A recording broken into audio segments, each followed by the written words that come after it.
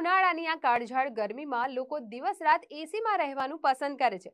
પરંતુ શું તમે જાણો છો કે સતત એસીમાં રહેવું તમારા આરોગ્ય માટે કેટલું નુકસાનકારક છે?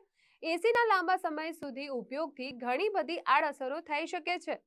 એસી ત્વચામાંથી ભેજ શોષી લે છે, જેના કારણે ત્વચા ડ્રાય અને ડલ થઈ જાય છે. લાંબા સમય સુધી ડ્રાય હવામાં રહેવાથી એક્ઝિમા અને સોરાયસિસ જેવી ત્વચાની બીમારીઓનો ખતરો પણ વધી જાય છે. વાળમાં કુદરતી ઓઇલ ઓસરતા વાળ નબળા શુષ્ક બની તૂટવા લાગે છે. વળી જેમને પહેલાથી જ ડ્રાય આઈ હોય તેમના માટે પણ એસી વધુ નુકસાનકારક બની શકે છે. આંખોમાં બળતરા, ખંજવાળ અને અનકમ્ફર્ટ અનુભવાઈ શકે છે. સતત ઠંડા વાતાવરણમાં રહેતા શરીરમાંથી પાણી નીકળવા લાગે છે, જેના કારણે થાક, ચક્કર અને તાજગીની ઉણપ જેવી ડિહાઇડ્રેશનની સમસ્યાઓ પણ થઈ શકે છે.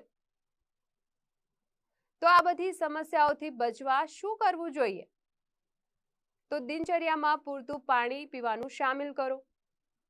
એસીનો ઉપયોગ કરતા હો તો સમયાંતરે તેને બંધ કરો અને પ્રાકૃતિક હવામાં રહો. દરરોજ થોડી વાર માટે નેચરલ સૂર્યપ્રકાશમાં પણ સમય વિતાવો અને ખાસ કરીને તમારા ઘરના એસીની નિયમિત સફાઈ કરો, જેથી ધૂળ અને એલર્જીથી બચી શકો.